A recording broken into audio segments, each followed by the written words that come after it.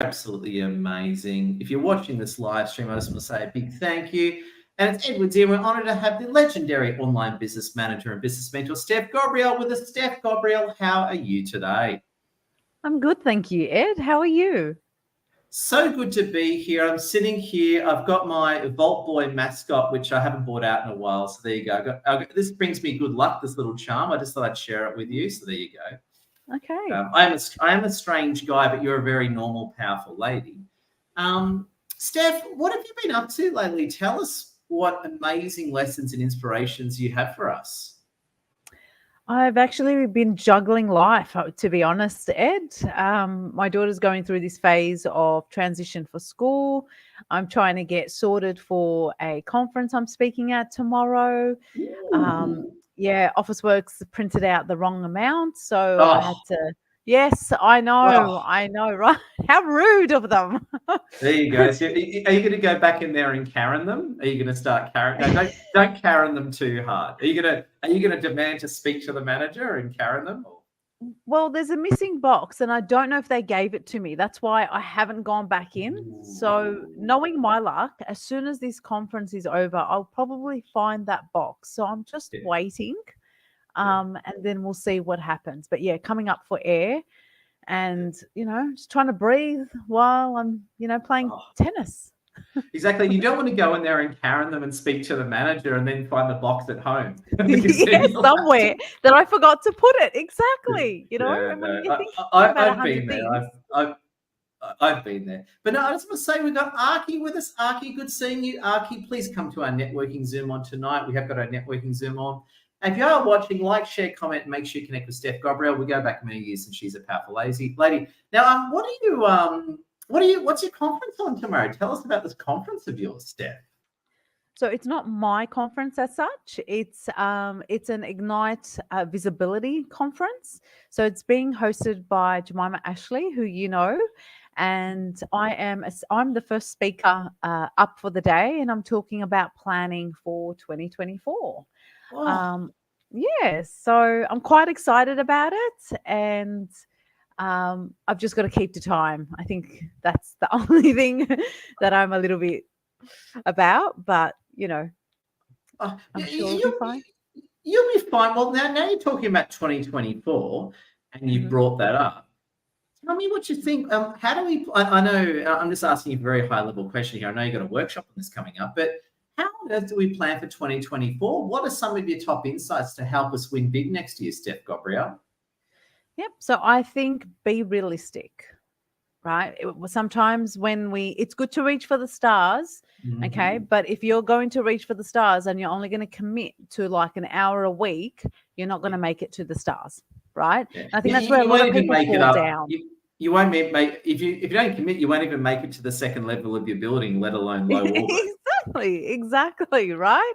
And I think that's where a lot of people underestimate, the fact that they can make this happen, but they're not really breaking it down to understand how much time is involved. Yeah, it's funny you bring that up, and this is actually something that really bothers me too. Is how some people, unfortunately not many, right? I think a lot more people are getting smarter these days, but you get some people, probably more a few years ago, you don't get as many of these nut jobs as much anymore, but people have warped expectations like, I just want my business to grow on autopilot. I just want to be rich and successful with no work, right? And when you come in there and start talking reality, they start to disagree with you, right? And I find that incredible because, I've watched endless videos of Bill Gates and Elon Musk saying how much work they do to get there. Then for whatever reason, people get the opposite idea. I don't know if they just, go to too many get-rich-quick schemes on the internet, but they have this warped idea saying, oh, yeah, I just want to do it on autopilot. I don't want to do any work. I just want to take off. I don't want to do any work, and I want to become a big shot. And, and I don't want to spend any money as well. So, how deal with people who have such warped expectations like that? Like, basically, I want to get fit just by standing outside the gym. I don't want to go in, but I want to get fit just standing outside the gym. How do you deal with those sort of characters? Well, you just got to be polite and tell them it doesn't happen. It doesn't happen that way, right? And if they're, again, going to be like, well, it will, then, all the best to you. I mean, because you're fighting, a brick wall sort of thing. They're not going to move on the way they think. It's like hitting your head against a brick wall and expecting something different to happen. It's not going to happen. So I think, each to their own. And if they think they can do it, I'd love to know where they're at, in this point in time. Because, I think business teaches you so many lessons, right? And I think that's what helps your business move forward. Forget growing. It's what helps your business move forward. And if you don't invest, in yourself, if you don't invest, into your business, it's not going to grow on its own. I say, Ed, a business is like a child. You have to love, you have to nurture, you have to put your energy, your time, everything into it. Otherwise, it's going to stay still. So and it's funny you say, because I couldn't agree with you more. And I've been in business for probably about a decade now, I would say, like as in full time, right? Subtracting part time and working on it. But I would say I've been in business for a decade full time. Probably fair to say that. And so, in other words, I've been around long enough to see all the different characters and mindsets. And I remember the people that, and I'll use you, Lassie, as great examples of this. Christina, for example, right? The people that stay really focused. Let's say I knew them 10 years ago. They're all really successful these days. They're all kicking butt. And the people that were all chasing sort of the I don't want to do any work but become really rich sort of model, quite often I meet them again and they're just, nothing's changed. Like in the past, they're still saying the same rubbish. They're still chasing the same, pink dragon or whatever you want, a purple dragon or whatever. They're chasing that, unicorn, right, so to speak. Yeah. And they're just not getting anywhere. So I agree. I couldn't agree with you more. To me, it's the ones who, I suppose, reach for the stars, but also live in reality that seem to make it. What do you think of that one, Steph? Absolutely. Absolutely. There's nothing wrong with, trying to reach for the stars. But as you said, you've got to stay grounded. You've got to remember, you've got to be realistic about what you're trying to do and whether you have the time and whether you're going to dedicate to it and that sort of thing. And that's how you make progress. Yeah. So, for example, Lassie and I, and as you know, we're top LinkedIn characters, right? But I spend all day on LinkedIn. I'm posting 10 times a day. I'm doing live streams with you now. And I find it amazing that someone would expect to do basically less that work than us, but get more results than us. So I find that always baffling, which brings me to the question. And we're talking a bit about this off camera, and I want you to give me a nice monologue on this topic, Steph Gobraiel. Noise and focusing on what matters. Now, we know it's like we're both parents, we're both busy people. You try to focus on your day, then stuff happens that disrupt your great plans. How do you stay? I suppose I've got two questions for you. I'd love to you to monologue on, Steph. How do we know what to focus on, and how do we stay focused on that? Love your thoughts on that one, Steph. Okay. So this is why, you and I sort of talk to this, Ed, and that's planning for the week. And I think by having even just three things that you want to get through in a day, right? Not a week, in a day. I think and they could be as big or as small as you need them to be, depending on your situation. So if you've got a young child that's sick, you might be able to get through one thing in that day, right? So again, it's about being realistic. If you've got meetings all day, you're not going to be able to do, much more, so you've got to be, you've got to be realistic. And I think planning does help because it sort of gives you a focus. Now, things happen in life. I get that. Okay. But you can still keep going. This is the thing, right? We work for ourselves. So in the day, if you need to be somewhere, you can always catch up at night or in the morning or whatever it might be. Well, there's always tomorrow, right? There's always tomorrow. So it's not like the world's going to end if you don't get through, if your day gets, tipped upside down on its head. And sometimes you just have to allow it. You have to go with it and go, you know what? This is happening to me, right?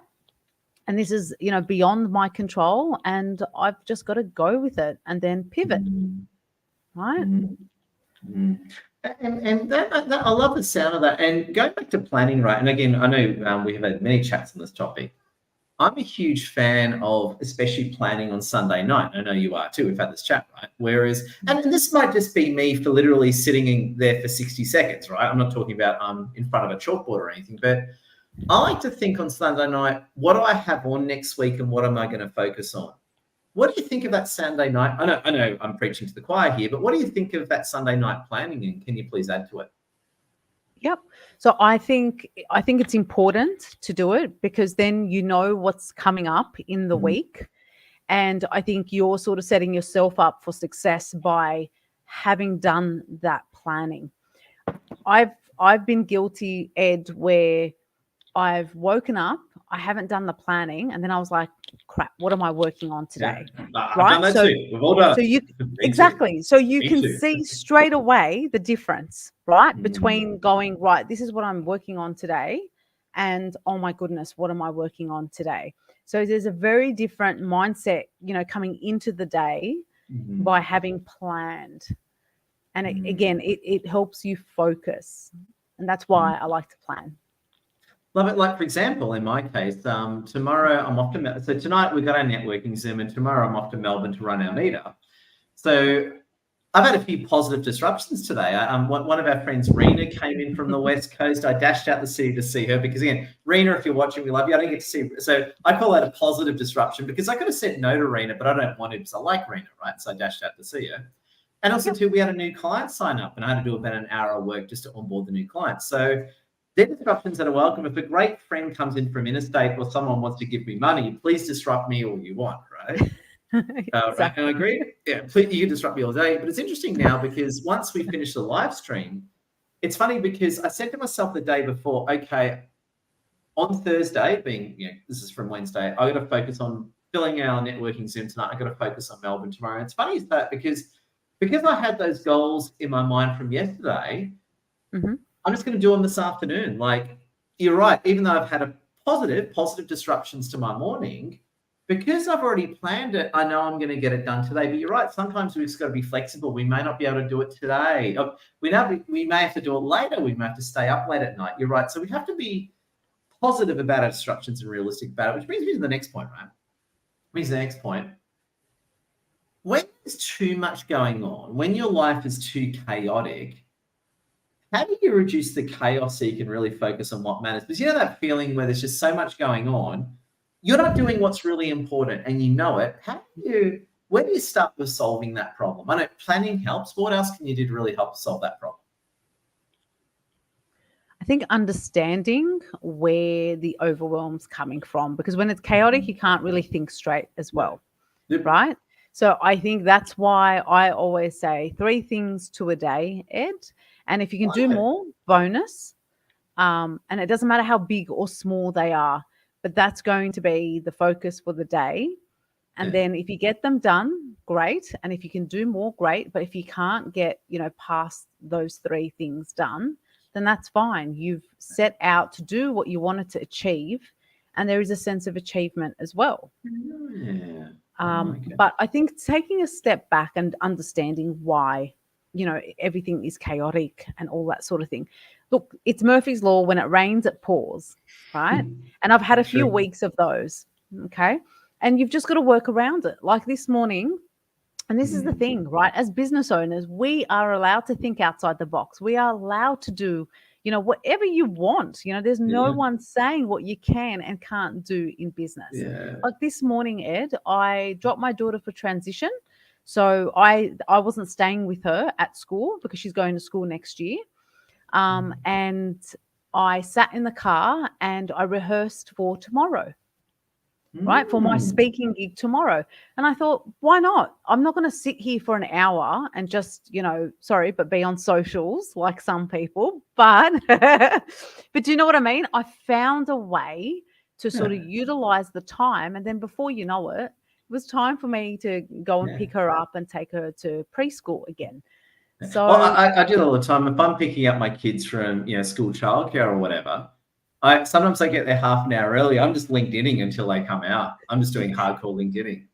Yeah, but see, that's just an example, right? There are ways around, the way we do things. I just think we've just got to be open to, where and how we do things. Right? Like me practicing my speech tomorrow is going to be the same in the car as if I was at home, but I still got that one thing done.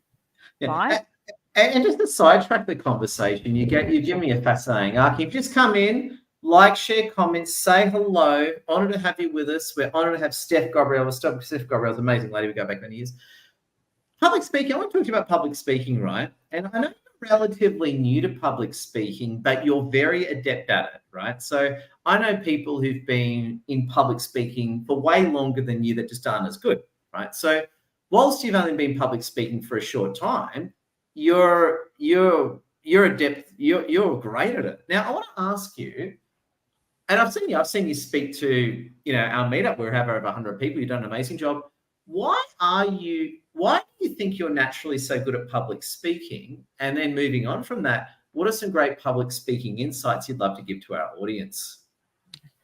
Thank you, Ed. I will take that as a compliment. But number one, I don't think I'm great at public speaking. You're wrong. Wrong. Carry on, but you're wrong, but carry on.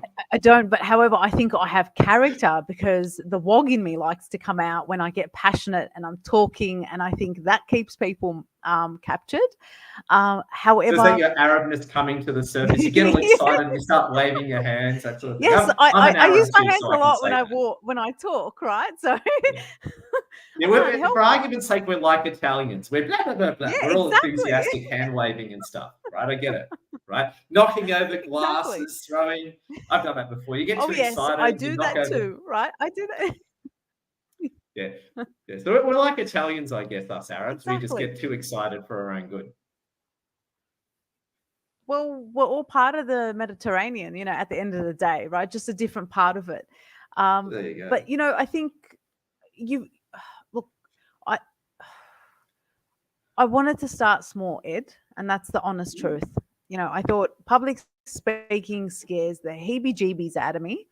And I started by, standing up at your, networking event.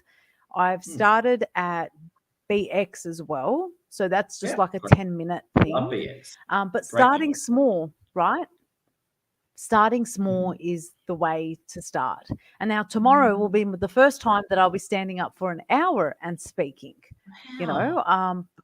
Yes. So I'm excited because I know what I'm talking about, which helps. But, that's a massive milestone for me, because if you told me you're going to stand up in front of, 40, 50 people and do a workshop with them last year, I would have laughed at you and said, hell no. So I think it's that just starting small and building on it. I think that's what really helps. And these lives as well. I love it. I'm going to say you're an amazing lady. Now, Steph, we're almost coming up to 20 minutes and we like to keep these LinkedIn lives short and on point. And I'm going to say I love the value and contributions you've given us. If you're all watching, like, share, comment, tell me what you think. Steph, I'd love to hear some closing thoughts from you. And tell us, and Steph's got a bit of an announcement too, tell us about your coming workshop, what you got cooking for us, your legendary workbook. Give us the monologue, Steph, over to you. Thanks, Ed. So on the 30th of November, I'm hosting a 2024 planning masterclass, and that does include a 16-page workbook. It's not me talking at you, it's actually you doing the work as I'm guiding you through it. Now, it goes for an hour. I'm expecting it to go for a little bit over, obviously, and that's absolutely fine. And it's just really to start thinking about, one, what's worked this year and what hasn't worked. So that reflection piece, then some brainstorming. And the third thing is the planning. But one thing that I'm throwing in there as well, Ed, is my challenge to anyone joining the masterclass is having a personal goal. So it might be as simple as going for a walk every morning, going to the gym, whatever it is, but we need to look after ourselves because we don't get off the hamster wheel in this day and age. So that is going to be part of the masterclass as well. Love it. And I love what you said about the hamster wheel because, I think going back to sort of, I suppose, one of the key tenets of our life today, our live stream, is that if you're not focusing on, because at the end of the day, a day's a day. And once a day is gone, that's it, right? Days are perishable, right? A lot of people forget that.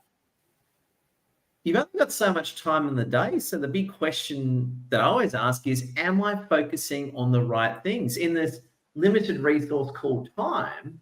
Am I making the best moves possible to move myself forward? That's always an interesting question to ask, isn't it? It is, because the landscape changes really quickly, Ed. So what I was doing in the first half of 2023 is stopped working in the second half of 2023. So we always need to be switched on to, what is working and what's not working. It's funny you say that because, and thank you again for supporting us too. We sign up a lot of new clients all the time, and quite often they're people I've met face to face. And it's interesting. I'm not kidding here. It's actually quite funny. I've literally had people recognize me in the street from LinkedIn, make contact with me, and then sign up a few months later. So basically, I get clients by wandering the streets. It's kind of funny how things work like that. Well, you're an influencer, right, Ed? I think anyone would spot you from a mile away if There you go. they're on LinkedIn, right? If they're on LinkedIn. So there we go. And I lost all my weight too, which is really good. So I can actually move and look good good on now. you. I might look as good as you one day, Steph. I might be as slim and as cool as you. One day I might look as good as Steph Gobraiel. Now, Steph, I gotta say I love your work. Now, just a few work questions. For your workshop, how can people book in and get information from you on that one, Steph? We can put a link in the comments, Ed, and and they can just go to that. If they've got any questions about it, they're welcome to PM me, whatever it is, but I do have a page set up with all the details as well. I did a post about it myself this morning. I saw. But we can potentially put it in the comments as well if you're cool with that, and go from there. Absolutely. So friends, you've heard it. If you want to join Steph's business planning workshop for 2024, we highly recommend it. Look for the link in the comments, or if you can't find it, just message Steph or myself and we'll get it to you. So Steph, I'm going to say thank you so much. Good luck with, not that you need it, but good luck with your conference tomorrow. I'm sure that you'll knock them dead. Thank you, Ed, and I'll be sure to let you know how it goes. There we go. I'm expecting nothing but winning, because winning and Steph belongs in the same sentence. Thank you, Steph. Thank you, Ed. Pleasure. Love your work, everyone. Stay awesome. Like, share, comment. Talk to you later, friends. You are amazing, and you're very